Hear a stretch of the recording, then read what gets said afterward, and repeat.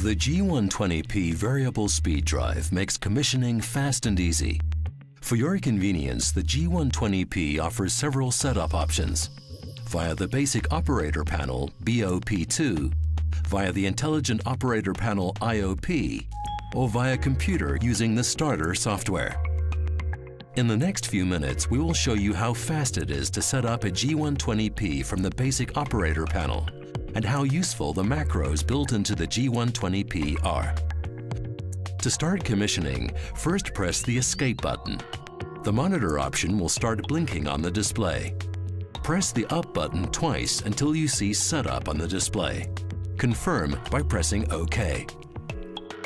In the first step, the BOP2 asks you if you want to reset the drive to the factory settings. This is recommended in order to ensure that the setup process starts with the basic settings. Press the button until Yes appears on the display and continue by pressing OK. The busy signal indicates that the drive is now restoring the factory settings. The next step is to select the control mode, which determines how the drive controls the motor.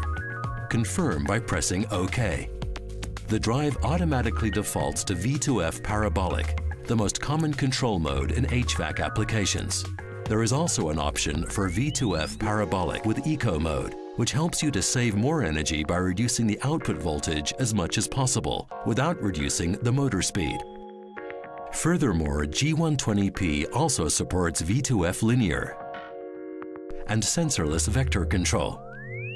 Sensorless vector control is the preferred choice for very dynamic applications or low torque monitoring applications. Confirm by pressing OK. For all motor-related data, please refer to the motor's rating plate. In the next step, select the motor voltage. In order to quickly change the values, press and hold the up or down button, or to prevent overshooting the target, you can change the value one digit at a time by holding the OK button down for 3 seconds. You can then use the OK button to select the required digit, and use the up or down buttons to change the value. In motor RPM, enter the nominal speed of the motor as indicated on the rating plate. It's recommended to always perform a motor ID in order to optimize the settings of your drive.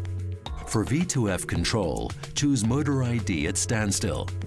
When using sensorless vector control, it's recommended, as long as it's safe to do so, to choose motor ID at standstill and when rotating. The next step in the setup process is macro parameter P15. The control unit of the G120P has a large set of I/Os and wide range of software functions to cover all common HVAC solutions. For the most common setup scenarios, the control unit offers predefined programs known as macros. When selecting a macro, the following happens. The I/Os of the drive are automatically assigned to a certain functionality. Certain parameter values, for example the parameters for an automatic restart, are automatically set so that this function is activated without further need for configuration. The HVAC-relevant macros implemented in the G120P are the following. Macro 12, standard I/O with AS, factory setting.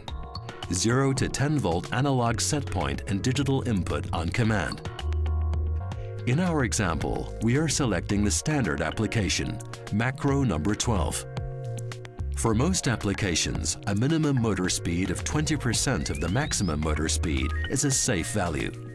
In our example, that would be 300 revolutions per minute. In the next two steps, set the ramp up and ramp down time suitable for your application.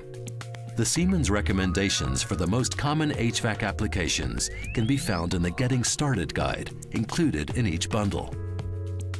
The next step is the last step.